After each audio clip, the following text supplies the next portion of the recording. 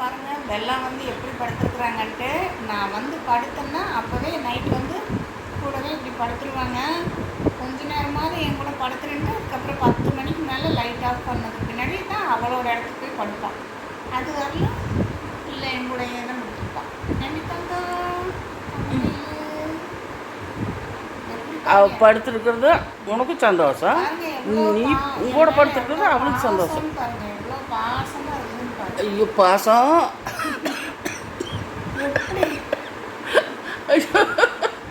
பாசம், நேசம். ஐயோ எல்லாமே நம்ம எப்படி வச்சிருக்கிறோமோ அதை பொறுத்து தான் நம்ம மேலே பாசமாக இருக்காங்க. ஆமாம், வெள்ளம் அதெல்லாம் வீட்டுக்கு வந்ததுக்கு பின்னாடி அப்படியே வெள்ளாவோட அப்படியே ஐக்கியமாகியாச்சு. ஐக்கியமாகியாச்சு. அது ரொம்ப டார்ச்சலாக தெரிஞ்சுது. உச்சா போகிறது ஆகிருக்கிறது. ஐயோ இதெல்லாம் நம்ம தலைவிதியாக தானே ஆய் மல்லெல்லாம் எடுக்கிறதா இருக்குது நாய்க்கு போய் அப்படின்னு. இப்போ வந்து அந்த வேலையெல்லாம் சந்தோஷம் அரியப்பா இருந்தது. இப்போ எல்லாம் எங்களுக்கு சந்தோஷமாகி போயிடுச்சு.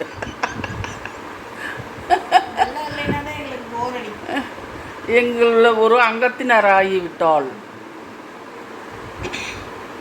கொஞ்ச நேரம் இல்லைன்னா எங்களுக்கு பொக்குன்னு இருக்கும். ஐயோ காணாமல் மேலே மாடிக்கு இது எடுத்துகிட்டு போயிட்டாங்கன்னா அப்புறம் ஐயோ காணாமேன்னு இருந்தால் கொண்டாந்து விட்டுருவாங்க. அப்போ தான் எங்களுக்கு அப்புறம் தான் சந்தோஷமாக இருக்குது. அது வந்தது வீட்டுக்குள்ளே ஒரே ஆட்டம்தான், ஓட்டம். அங்கோட கொண்டாந்து விட்டாங்களா அதனால.